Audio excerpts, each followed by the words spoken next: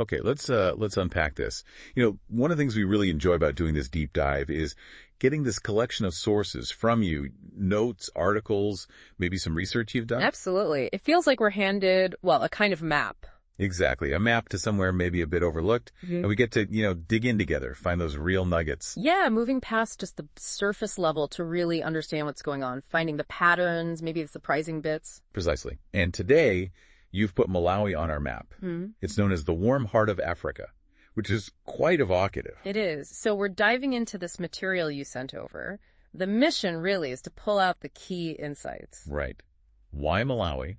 What makes it appealing as a travel destination, according to these sources? And, importantly, how does the material suggest you might actually, plan and book a trip there? The practical side. Perfect. Okay, let's jump in. That nickname, the warm heart of Africa, it's right there in the sources, setting a tone immediately. It really does. Described as welcoming, beautiful, tucked away there in southeastern Africa, borders Zambia, Tanzania, Mozambique. And the sources seem to consistently point out it's maybe less traveled than some neighbors. Yeah, that comes up a lot. But the insight offered is that this is actually a big part of its charm. It suggests more authentic experiences. Unspoiled nature, maybe. Less impacted by crowds. Exactly. And that warm heart thing seems really tied to the people themselves, based on material. Genuine hospitality. So that's kind of the core insight then. It's the human element alongside the scenery. Seems like it. Okay, so drawing from the sources, what are the big experiences? The key places? Like Malawi has to be high on the list. Huge, yeah. Both literally and, figuratively in terms of importance. It dominates the country, takes up, over a third of its length? The sources flag it as one of the largest, most biodiverse freshwater lakes anywhere. Wow. And they mentioned crystal clear water, beaches. Right. Golden sandy beaches. Incredible fish life, too. So activities range from, just swimming and snorkeling to more active stuff like kayaking or boat trips. Exactly. The sources get specific about locations, too. Cape Maclear comes up. Ah, the UNESCO site.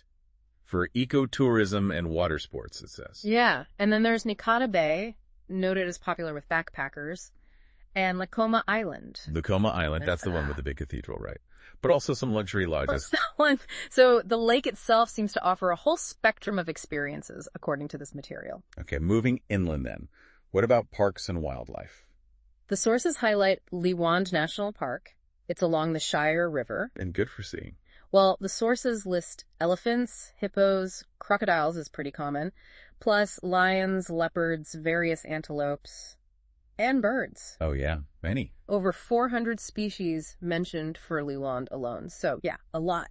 Impressive. And Majeti Wildlife Reserve gets a mention too. It does, and it's framed as a real conservation success story in the material. How so? Well, the sources emphasize it's been transformed through conservation efforts. It's now a Big Five destination. Meaning lion, leopard, elephant, buffalo, and rhino. All present and viewable, according to the notes, which is, quite something. That brings up an interesting point you mentioned from the material. Yeah, that the wildlife experience, especially somewhere like Majete, isn't just about ticking off animals. It's tied into this narrative of successful conservation. Right. Adds a layer of meaning for travelers who care about that kind of impact. Definitely. Then the sources take us higher up, into the highlands, Mount Mulunje. Ah, yes. The island in the sky. Described as this huge granite massif. Great for hiking, it seems. Rises dramatically, over 3,000 meters. Sounds like challenging treks, incredible views, and the material stresses using local guides. Makes sense. And the Zamba Plateau. That's another high spot mentioned. Right. Cooler climate up there, pine forests, viewpoints, activities like horse riding, hiking. Zamba Town itself, the old capital, noted for history. And way up north, Nyeka National Park. Malawi's largest park, the sources say. Vast rolling grasslands. Different feel entirely. Cooler climate again, zebras mentioned. Exactly, and orchids too, seasonally. So you see this incredible diversity emerging from the sources. Yeah, totally. Yeah. Lake, rivers, parks, conservation areas, high plateaus, grasslands. It's a lot packed in. It really is. And while cities like Lilongwe, the capital, and Blantyre get mentioned for markets and local life, the real emphasis in these sources seems to be the natural beauty and wildlife. Overwhelmingly, yes. That's the main draw highlighted. Okay, but what about the culture?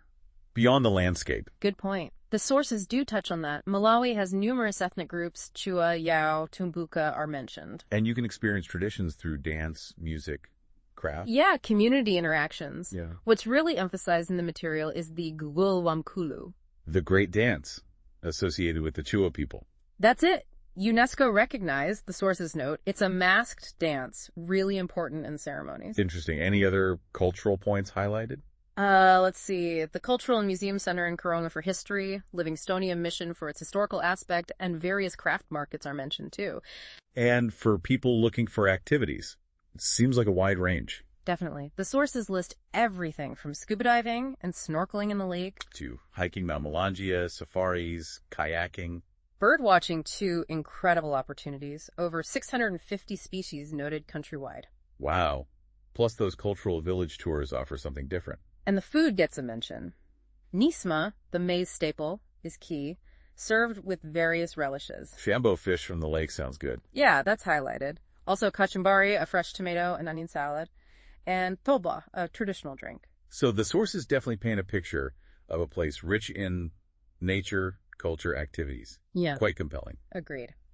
Now, let's shift to the practical side that the sources also cover. Getting there, planning. Right. International flights into Lilongwe, LOW, or Blantyre, BLZ. Those are the main airport codes mentioned. And travel within the country, roads, maybe domestic flights, car rentals are noted. But the sources also offer a specific angle on how to plan it all. Ah, yes. They bring up a platform called flightunknownhotels.com. Exactly. One source positions it as a tool specifically to simplify booking a trip like this, which can have multiple parts. Okay. And what reasons does that source give for using it? Well, the focus seems to be on convenience and comparison. It apparently lets you compare prices, flights, hotels, cars from lots of providers, even for Malawi. A best price guarantee is mentioned. User-friendly interface. That's what the source claims, yeah. Describing it as a sort of one-stop booking portal. So you handle different bits of the trip in one place. Saves juggling sites, maybe? That seems to be the idea presented. And there's a specific tip in the material about possibly saving money by bundling. Bundling flights and hotels together through the platform. Right. So according to the source, it's presented as a way to potentially add flexibility and affordability, whether you need a budget guest house near the lake or a fancier lodge near a park.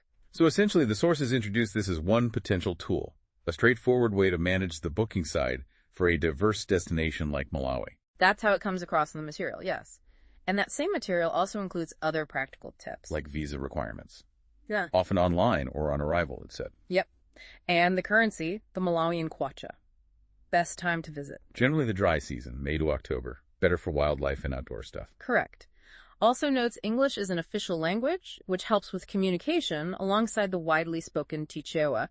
And the usual health precautions, malaria prevention, vaccinations are mentioned as things to check. Standard travel advice, really, included in the practical section of the sources. Okay, so pulling all this together from the material we've explored, Malawi comes across as, well, maybe less famous, but offering really striking natural beauty. A huge variety of experiences, too. That massive lake, the mountains, the wildlife successes. And defined, maybe most strongly, by that genuine warmth, living up to the warm heart nickname, based on these descriptions. It certainly seems that way from the sources. And they also point towards resources, like that flightunknownhotels.com platform mentioned. Right, presented as tools to help with the practical side. Comparing options, bundling bookings for flights, hotels, cars. Making planning potentially more accessible, maybe more affordable, according to the source. Which, considering everything we've dug into from these sources, that warm heart reputation, the unspoiled beauty, the diversity, and especially that recurring theme of genuine hospitality. It really makes you wonder, doesn't it? Beyond the sites and activities, what does it truly mean to experience that warm heart firsthand? What kind of, intangible feeling or personal connection might you actually take away from spending time in Malawi based on the spirit of these sources?